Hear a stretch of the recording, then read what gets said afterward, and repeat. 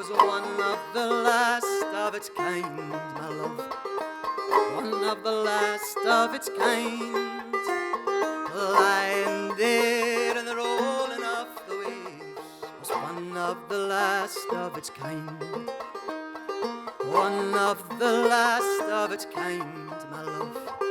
One of the last of its kind, lying there in the rolling of the waves, was one of the last of its kind.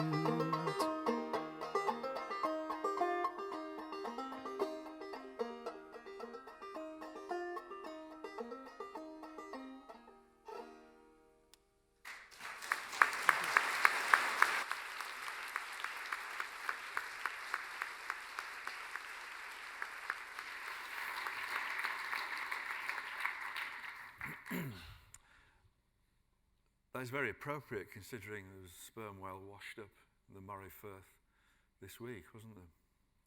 I try not to be anthropomorphic about animals, but I just want to play this recording because it's one of, I can't say it's my favourite animal, but it's one I have the greatest respect for. Orcas really have free range of the seas and oceans, killer whales, to give them an inappropriate name. These are animals whose brains are significantly larger than ours. Of course, it's very difficult to measure intelligence, but they're probably much smarter than we are in many respects. But they're quite often trapped in places where they have to live with suffocating noise. And like all the other sea animals, they're living with sound and vibrations, and they communicate with sound and they navigate with sound. They use echolocation rather like bats, so they put out very high frequency pulses, and we imagine, of course we don't know, that they can get very high resolution scans of their environments. Vincent Yannick at the Sea Mammal Research Unit suggested a very interesting theory about orcas and their use of echolocation. So I can look at George and we can communicate, but I can see Ewan behind George when he's looking at me. George can't. So if I was an orca and we were out hunting, I could look at Ewan, scan him with my echolocation and think that's a tasty looking meal. And George agrees without having to look at him. What Vincent's observed or suggested what's happening with echolocation is that I scan Ewan and then he's observed the same pattern being repeated to another orca. And what he imagines, and he describes it rather like sending an old-fashioned fax, in that I scan with very high resolution all of tasty-looking Ewan and then repeat that pattern to George. What appears in George's mind or imagination, call it what you will, is what I've just seen.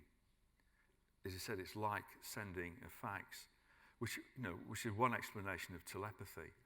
And all this happens at a speed that's beyond our understanding, as you'll hear on this recording. They then communicate vocally and arrange themselves into very powerful hunting groups. As I said, they're really smart animals, probably smarter than us. We stay up here on the remaining, what's left of the dry third of the planet, paying 20% VAT and having to suffer Brexit. Orcas have free range of the seas and the oceans. So, who's the smartest?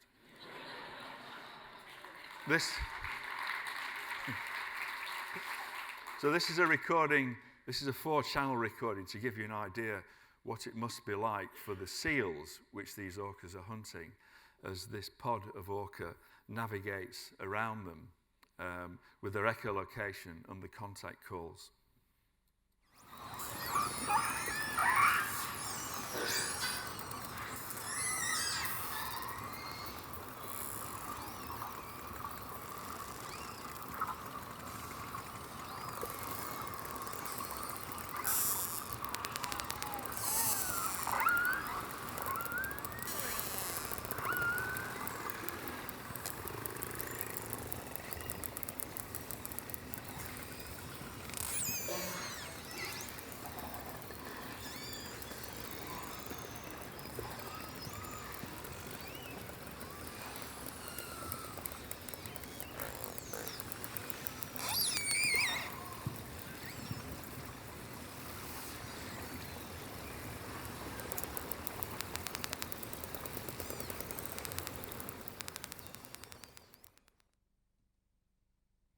play one more recording of animals that are using sound to navigate with.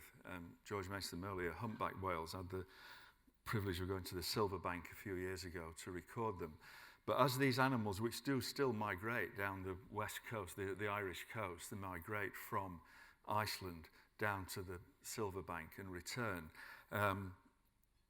But some of the researchers observed, including Chris Clark, who I spoke to, who can monitor the movement of humpback whales up and down the west coast of Ireland from his ocean-mounted hydrophones off the coast of New England. Talking about the way that they navigate and using their voices to bounce off the rocks. And again, Chris Clark had a very eloquent description of it. He says, we describe our things in our mind's eye. He described whales, which have been around for 70 million years, and some of them live for 150, 200 years, of having a mind's ear, having a map of their migration pattern because the visibility is so poor in the oceans, of having a mind's ear, being able to navigate. And when I made this recording with Tony Myatt, who's in the audience tonight, of these humpback whales approaching the Silverbank, some of these animals are many, many kilometres away from the hydrophone.